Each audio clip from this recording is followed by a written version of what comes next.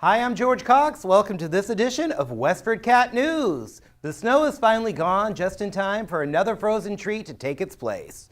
Andrew Sylvia has more on the story. It's officially spring, and that means the return of a Westford tradition, Kimball Farm ice cream. Kimball Farm's Westford location opened in early April, bringing joy to hundreds of customers.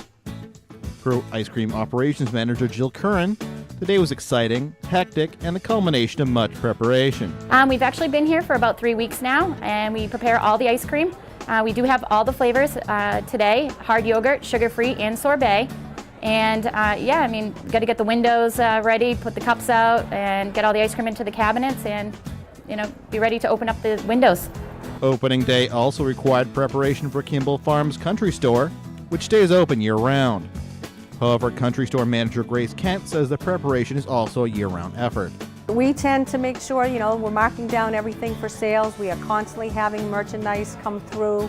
We're always changing our merchandise, so there is always a lot of activity in the country store, whether it be the opening day or not. Some parts of Kimball Farm remain closed, but for now at least, ice cream is back.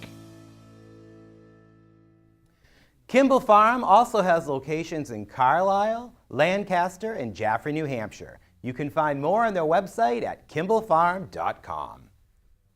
Is the 110 corridor a good place to do business? Local town managers answered that question recently at an event hosted at Juniper Networks. Let's take a look. Business leaders assembled at Juniper Networks in March as part of a Westford Business Association event. The event invited local town managers to share updates on business development in their towns. Town manager Jody Ross and her colleagues in Littleton and Chelmsford had largely positive updates for the crowd, emphasizing regional partnerships and recent economic growth. We went through some rough years from 2008, but as you saw today, there is development in all three towns, and we're very concerned with transportation, but we're taking steps to move that forward too, and we're excited about the new administration. So I think we're very optimistic for the future.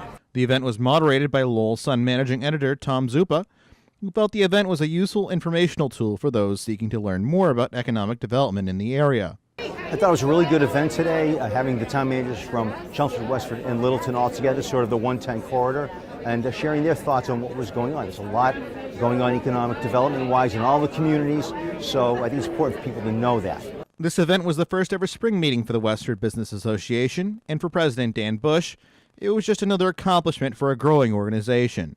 Well, we're a growing organization. We right now are 80 members. If we take a page from our peers, the Chelmsford Business Association or the Woburn, who have been helping us along the way, they have something on the order of 300 to 400 members. So our opportunity is to find our voice for all of the businesses that are here in Westford. As a young organization, again, we're finding our way in a lot of places. So we're trying to offer a program like this morning that is of interest to folks in a broad swath, but also, as we will next month, we'll have an event that is specifically focused on retail. So again, we'll grow, and our membership will reflect again what the interests are of businesses that are here in town. For WestfordCAT News, I'm Andrew Sylvia. WestfordCAT also recorded the entire event. You can watch it at westfordcat.org. The Westford School Committee will soon be taking their summer break, but at their first meeting this month, they took up a variety of topics.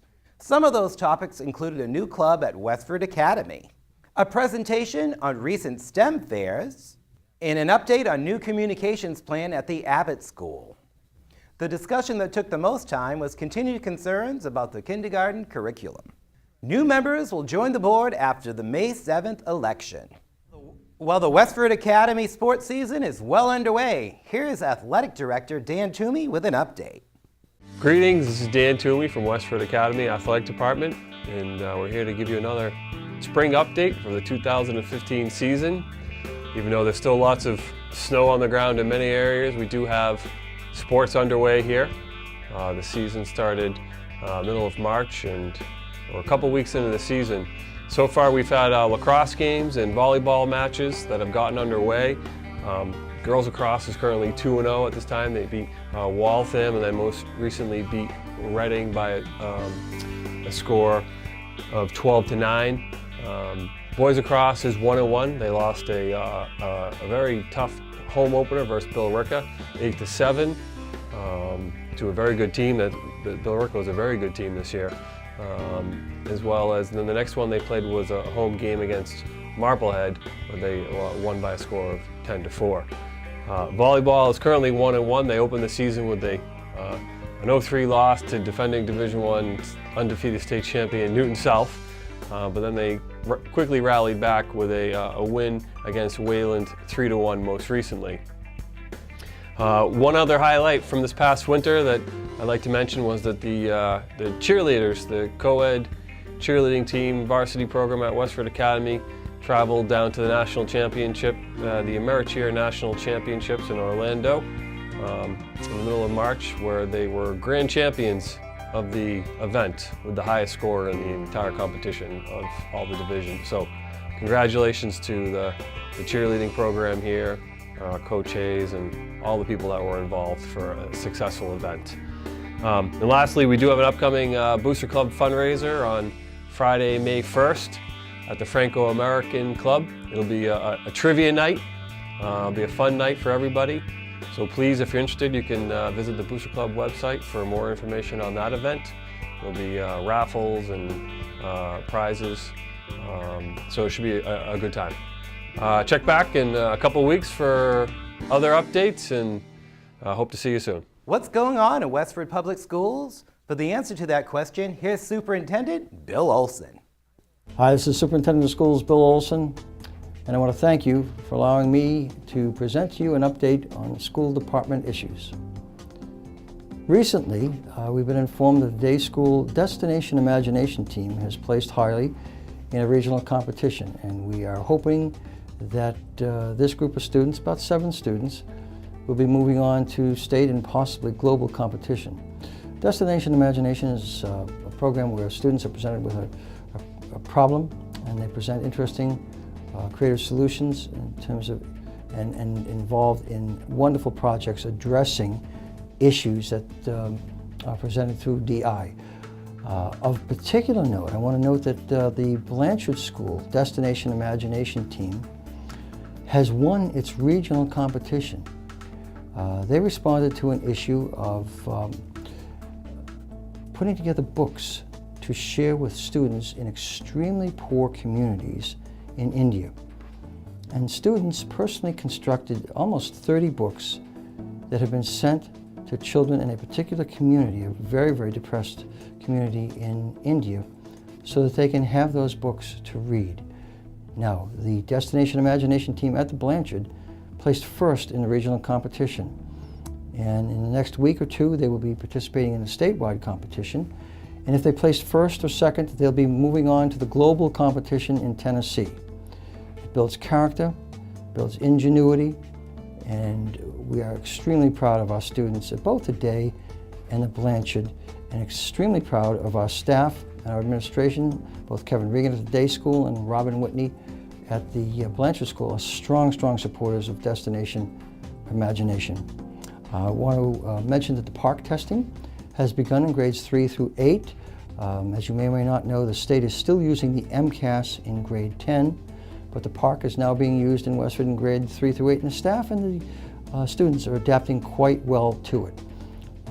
It's not without its difficulties and need for some modifications down the road, but that was the same situation that we found ourselves in with the MCAS many, many years ago when the education reform legislation was passed in 1993. It took several attempts and several years to bring the MCAS to a finished product state, and I'm sure the same will be true for the park exam. One final note, and we're very proud of this. Our school system was recognized as one of 388 school systems in the country and of one of 13 in the state as the best community in Massachusetts, best community, one of 388 in the entire country for music education for our students in 2015. So we're extremely proud of that. Congratulations to our staff and our students. This is Bill Olson. Hope to talk with you next time. Here's Ira Keltz with great events going on in the town of Westford. Hi, I'm Ira Keltz, and here are some events going on in Westford near the end of April and the beginning of May. The annual Westford Sportsman's Club Fishing Derby is set for April 25th at 8 a.m. This event is free for children who are 14 years old or younger, and it goes on until 10:30. Over 1,000 trout will be in the club's pond on West Street. Participants must bring their own fishing gear. More information is available at westfordsportsmensmenclub.org. The Robin Flynn team at Keller Williams is collecting household items for the nonprofit organization Project Home Again. Drop-off will be on Saturday, May 2nd from 11 to 1 in front of the Keller Williams office on Land Drive. That's right behind Bamboo. For more info, call Robin Flynn at the number and email below. For more information about Project Home Again, you can go to phama.org. Westford Boy Scout Troop 437 is having a used bike and spring sports sale on May 2nd from 9 a.m. to 1 p.m. If you have a bike, camping equipment, or sporting goods, let the troop sell it for you. Drop it off from 7 to 9 in the morning and they'll only take a quarter of the proceeds. The event's taking place on the Westford Common. Head to the email address below for more details. The Westford Academy Athletic Boosters are holding a trivia night at the Franco-American Club on May 1st. Doors open at 7 and the game begins at 8. $25 a ticket or $200 for a table of 10. For tickets, email Mark or Kathy Harris at the emails below. All money from the event goes to help pay for athletic scholarships and additional sporting equipment. Join the Cookbook Club. A group will discuss The Baking Bible by Rose Birnbaum at the J.V. Fletcher Library on April 30th at 7 p.m. Bring a dish if you can. It's free. Please call Christina Liedberg at 978-299-2309 for more information. You can help make a difference in the life of a New York City child this summer. They'll be coming to Westford as part of the Fresh Air Fund program. Children from New York City are arriving in Westford for 1 or 2 weeks for summer vacation, and they need host families in the area. To volunteer, call Allison Bernstein at the email and phone number below. To learn more, head to freshair.org. And our last event isn't open to the public, but it's an important event to help keep graduating seniors safe on the last night of school. And it's looking for financial assistance. Westford Against Substance Abuse is looking for sponsors of the annual Last Night celebration, an adult chaperone party within Westford Academy to help prevent outgoing seniors from attending outside parties that may involve drugs or alcohol. To donate, you can mail a check payable to WASA Last Night and mail it to WASA Last Night at the address below. You can also donate online at wasa-ma.org under the Last Night tab. That's it for this month. We'll see you next time here on Westford Local Events. Here's Reka Shermer with this week's health tip. Hello everyone, I'm Reka Sharma back with a new health tip for WestfordCAT News. Today I'm going to talk about buttermilk. Buttermilk is highly energetic, stimulates and strengthens your digestive fire and keeps your doshas in balance.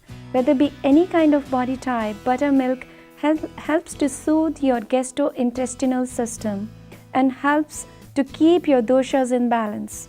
So you can make buttermilk at home with yogurt and water in the ratio 1:2 or 1:3. So take 2 to 3 times in a week with or without IBS. It helps a lot. So add some buttermilk to your diet to get the benefits. Bye for now. Well, it's been really beautiful weather. It's been in the 70s, and here's our weatherman, Joe Seppi, with an update. Hello, Westford. This is Joe Seppi with the weather forecast for a week of spring break. It'll be a little wet during the week, so keep those umbrellas handy. Here's what's coming up. On Monday, it'll be mostly dry and clear for the marathon. Clouds and drizzle will move in during the afternoon with heavy rainfall Monday night.